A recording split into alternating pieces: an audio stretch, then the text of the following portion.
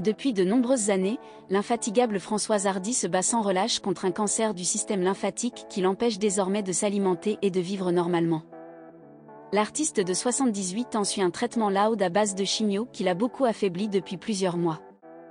Dans une interview accordée à Jordan Deluxe, dans la nouvelle émission web chez Jordan, diffusée sur le site de Télé Loisirs, le photographe Jean-Marie Perrier a accepté de répondre à des questions concernant l'état de santé de Françoise Hardy.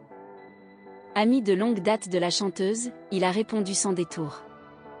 Tout le monde sait qu'elle ne va pas bien, elle est en difficulté. Mais elle a un courage incroyable, a déclaré celui qui fut l'un des amours de jeunesse de la star. Si Jean-Marie Perrier a expliqué qu'il continuait à aller la voir, il a également fait savoir qu'il limitait son nombre de visites. Parce que ça la fatigue et son emploi du temps est très chargé, a confié le photographe. Si elle s'est retirée de la vie publique et qu'elle ne chante plus depuis 2016, Françoise Hardy semble pourtant continuer à faire ce qu'elle aime. Elle se bat et elle continue d'écrire tous les jours. Elle est vraiment courageuse, a-t-il ajouté avec émotion.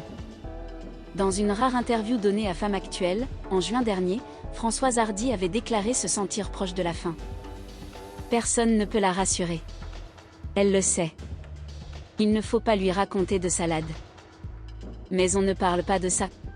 Les banalités, ça n'a jamais été son truc, a affirmé Jean-Marie Perrier au micro de Jordan Deluxe.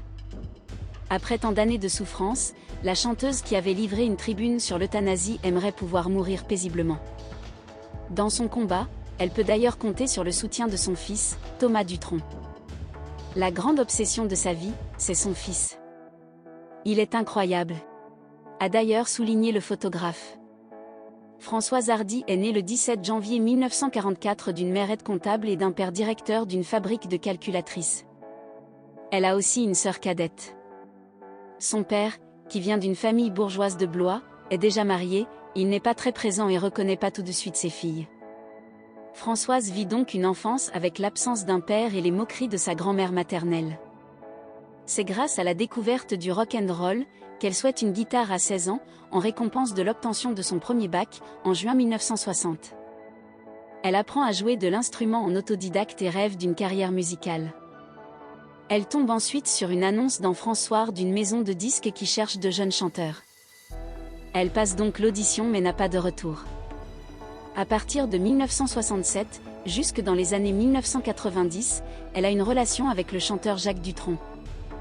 Ils se marient le 30 mars 1981 et ont un enfant ensemble, prénommé Thomas, né le 16 juin 1973.